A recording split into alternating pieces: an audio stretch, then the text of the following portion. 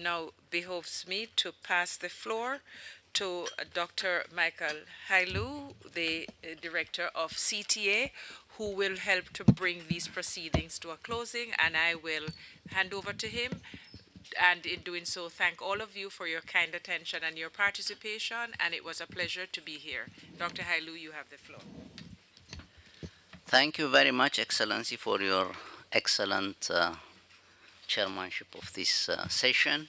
Well, this morning we really had very insightful presentations and different perspectives, and not only just on the technology of blockchain as such, but also on some of the challenges that we face in making value chains more transparent and efficient. I think what we have learned is that the first thing really to look at is what do we really want to achieve.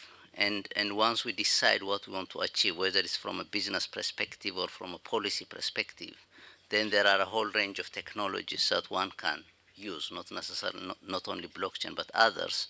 But blockchain offers a lot of advantages, as we have seen from the various presentations. So I think the key thing that, of course, we had a number of keywords in terms of establishing trust across the value chain and creating more efficiencies, the need for partnership, and of course the need to bring different technologies together. So it's not really just blockchain, but around that, you have a lot of other technologies that will contribute to making blockchain effective and efficient.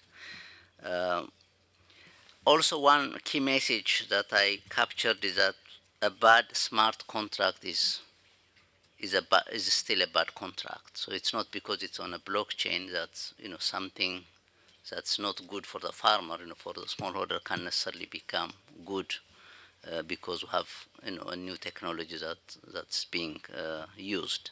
So really the reliability, credibility of the original information is still critical. That applies to any IT system that one would introduce. So again, it has been a very rich discussion, so I wouldn't even attempt to summarize or highlight, but I think it's also important what Pat Moni said in terms of making sure that whatever technology we apply is really inclusive and really takes the interest of the smallholder farmers, the disadvantaged communities that we really want to serve, that these technologies make it easier for us to serve their interests. So I had really excellent examples, from the coffee in Ethiopia and also the insurance and so on. So really, I think for us the issue is how do we take advantage of these emerging technologies to create transparency, inclusiveness, and opportunities for smallholder producers, for young people, and for women as well, who are really disadvantaged in this across the value chain. So I think that's a key lesson. And from our perspective, of course, we very much appreciate to hear more from you in terms of specific use cases, especially that bring together partnerships between big companies and small enterprises, so that we can link across the value chain, both within a regional and international market. So any lessons that you might have to share with us, we would like to develop our database and be able to share with our partners.